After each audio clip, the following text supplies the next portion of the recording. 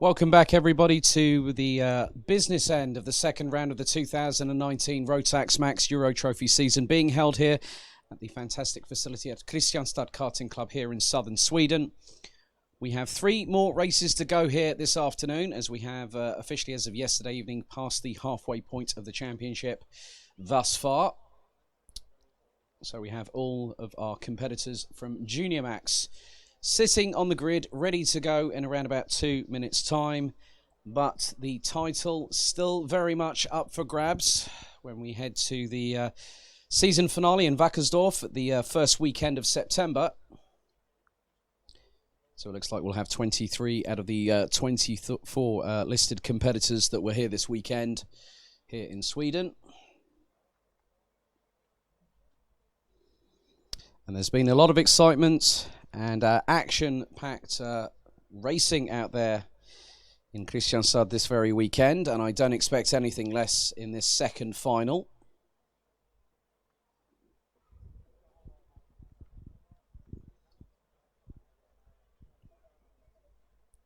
So very shortly the green flag will wave just past the start-finish line to get the drivers on their way for the first of 2 laps before we go lights out for the final time for Junior Max this weekend here in southern Sweden. But already we've had one home hero getting a win under their belt, and that is Vilgot Edqvist from Strawberry Racing.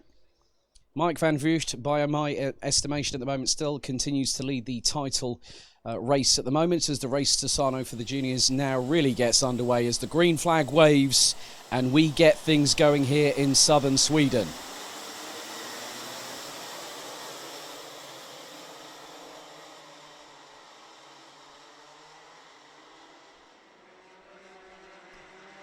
So with the timer on the gantry now reset to 11 minutes, and that will also have an additional lap thereof to conclude the racing action here. Let's run through the grid one final time for Junior Max final number 2 here in Kristianstad.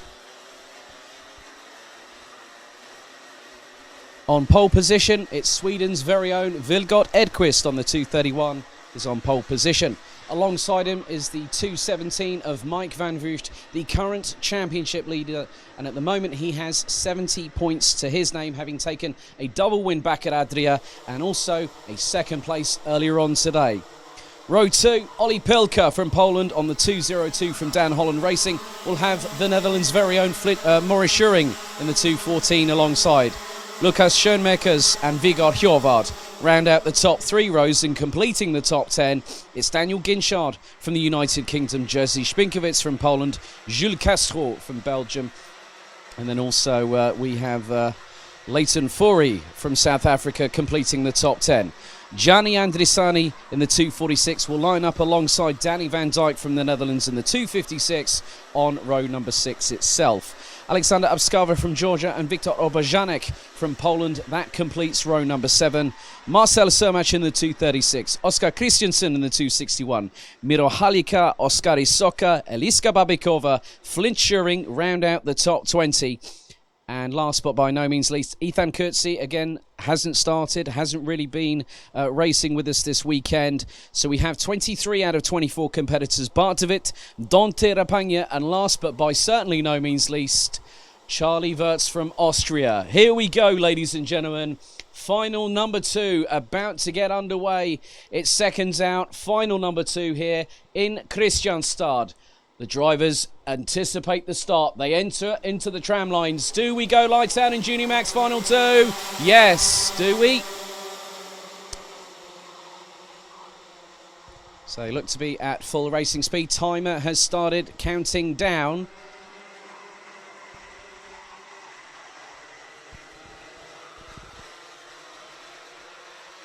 And we've got a kart off at turn number 2. That looks to be a very familiar livery. That looks to be Jules Castro out of it. There's more contact happening just through the infield part of this of the track here at Kristianstad. And so the race has pretty much been turned upside down and on its head right about now. This is really where things are going to get going in the race to Sarno for the grand finals this coming October in Sarno in Italy. But at the moment, Vilgot Edquist leads from Mike van Vugt, Ollie Pilker. Then we've also got the 2:04 looks to be there. That's Lucas Schoenmakers from the Netherlands. No, he's actually ended up down into make that 5th position as just in front. The Brit Dan Ginchard has flown up the order already. Now, I'm not too sure what happened to Jules Castro. Was there a bit of contact that sent the Belgian sideways and off the track itself, and he had to recover? He's just crossed the start-finish line. He's down in 21st position. So a lot of changes have happened. Gianni Andrisani from Germany up into 7th position ahead of Igor Hjorvard. Jerzy Spinkovits and Danny Van Dijk round out the top 10. There is a bit more argy-bargy in this, and I have to say that Jules Castro, unfortunately, one of the early casualties of this race, as there are a couple of JJ Racing drivers side by side there. Well, I'm looking at what is happening behind Dan Ginchard as the Brit is now up into 4th position. That looks to be that we've got Lucas Schoenmakers now down in 5th. Maurice Schuring hot on the heels of the 2:04 just behind them. Looks to be Gianni Andrisani from Germany. So already some action, some drama, and obviously some incidents that might be investigated post-race. So 9 minutes and 6 seconds to go in the second Junior Max final. So Vilgot Edquist now really has to watch it because Van Vugt will be out to get a win to make it 3 out of 4 this season. But I tell you what, I'm sure that Vilgot Edquist will not want to have that happen because Ollie Pilker's closing up. Dan Ginchard really is closing up on all of them. He is the fastest out of the quartet at the front of the field by at least 2.5 tenths of a second by my reckoning.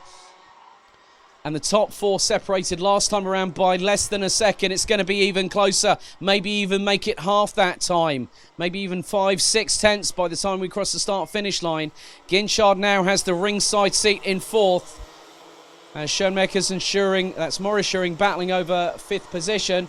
As Van Vugt's going to try and go for the move now. He came out of the toe very early there, did the Dutch driver. Is he going to get the apex? No, Edquist takes it, and Pilker slingshots past the points leader very convincingly there. Now Ginchard's on the back bumper of Van Vugt. This is really heating things up.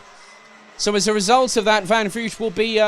he's on 70 points at the moment in a virtual championship standing. He would then move on to the final round of Wackersdorf with 86 to his credit, but he's got to watch it because Ginchard is wanting to make amends for what's happened this weekend. The Brit hasn't had the best run of luck, and now he's come firing on all 125 cc's of that Rotax Max engine in this second final.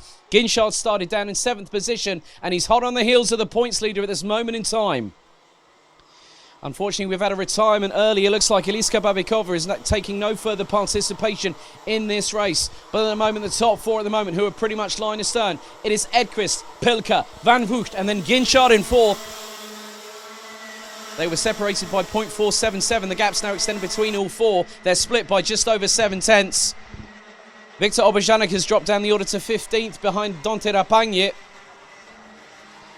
Danny Van Dijk has got past Igor Hjorvard for 9th position, but the quartet at the front of the field are not letting each other go by any stretch of the imagination. It is going to be wall-to-wall, as there we go. Van Vugt goes for the move on Pilker. Does he make it past the Polish driver? He does, as Edquist takes a wider line going through one of the tighter S-bends here at Kristianstad. That's a very good call because he's carrying the momentum and then also shutting the door off firmly. Ginchard runs wide, trying to overtake Pilker. The Brits now going to have to watch it because Schoenmakers is really getting a move on here, as are Schuring, Maurice Schuring, Jerzy Spinkovits. Gianni Andrisani is also closing. So the gap now between 1st and 2nd has gone to over half a second. So Vilgot Edquist has tried to break the toe from Mike Van Vugt. Seems to have happened initially as we're fast approaching the end of the first 5 minutes of this race. 6 minutes 8 plus an additional lap to go. Vilgot Edquist continues to lead, and that's a great move there. That looks to be Maurice Schuring.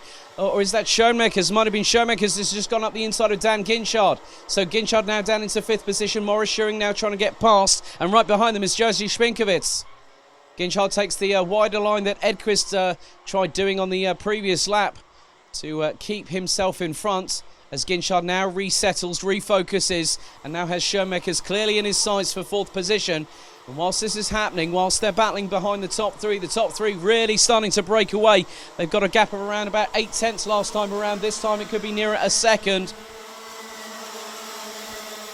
So Babikova confirmed as a retirement, so that's a real shame for the 298 from the Czech Republic.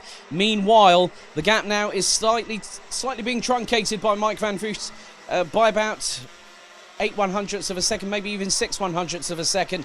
The Dutch driver really needs to start getting a move on now because he's only got just over 5 minutes to do so, plus that additional crucial lap that could help him. And in the meantime, they are dropping Olli Pilka. Pilka was 6.5 tenths behind Van Vugt in terms of track position, but Edquist still really trying to keep that gap very, very unilateral there. It's keeping it around about 4 to 5 tenths of a second ahead of Van Vugt. But I will be honest that Van Vugt is slightly quicker. He is a very quick driver in the dry, is Mike Van Vugt. That's why he won 3 titles last season, including the inaugural Euro Trophy Junior Max Crown last season. And he's gone quicker again. Van Vugt's got the fastest lap under his belt right now, 54.344. He is closing on Edquist for the lead of the race. Top 15 at the moment as it stands. There's no penalties that have been issued thus far, either through track limits or also pushing or also avoidable contact. We've got Vilgot Edquist leading, Mike Van Vugt in second, Olli Pilka in third, Lucas Schoenmakers in fourth, Maurice Schuring now in fifth as he's just got past Daniel Ginchard. Josie Spinkovits in 7th position ahead of Gianni Andrisani, Danny Van Dijk, Vigor Hjorvard. We've had now a first penalty. Olli Pilka's now not going to have a great run now because he's now got a 5-second penalty for pushing. So Pilka will drop down significantly down the order and he's going to probably end up round about 12th or 13th place if things were to end as they do now. So he's third at the moment. He could end up 12th at the end of this race. Charlie Wirtz has had an absolute stormer of a race thus far. The young Austrian just 13. He's gone from 23rd and he's now in the points. He's in 13th, just behind South Africa's Leighton Fourie, who's had some engine misfiring issues, I understand, this weekend. So the South African's going to be very, very aware that the Austrian will be behind him and may go for the move at some point very, very soon. And we've also had another penalty issued, 2:43, Dante Rapagni, 3-second time penalty for going out of the corridor with 2 wheels. So that's track limits abuse there, unfortunately, for Dante Rapagni. So that's going to drop him out of the top 20. But I have to say, though, it's been very even Stevens. It was exactly 4 tenths last time around between first and second. It now goes down to 0.292. Olli Pilka, in the meantime, has gone very, very close indeed to the 54-second lap time barrier of 54.095 as Mike Van Vugt has closed the gap by over a tenth to Vilgot Edquist, who continues to lead this race at the moment. 2 minutes and 24 seconds on the clock remaining, plus an additional lap. It is going to be very much game on between the two at the front of the field. Edquist has won 1 final. Van Vugt wants to win 1 final. He'll have 90 points if he keeps things as they are, but I definitely know that from the quality and the calibre of that young driver from the Netherlands, 14 years of age from Voxham, he will be wanting to go for a 3rd win this year. So the time is fast approaching its inevitable conclusion.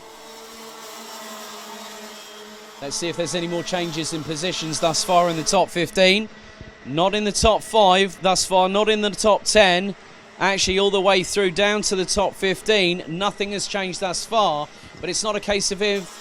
Is it a case of when Mike Van Vugt is going to get past Vilgot Edquist to take the win? He's got he's got 90 seconds plus an additional lap to do so. He's looking for the move. He's gone for the move. He's got the lead. Edquist quickly mounts an attack, a counter-offensive.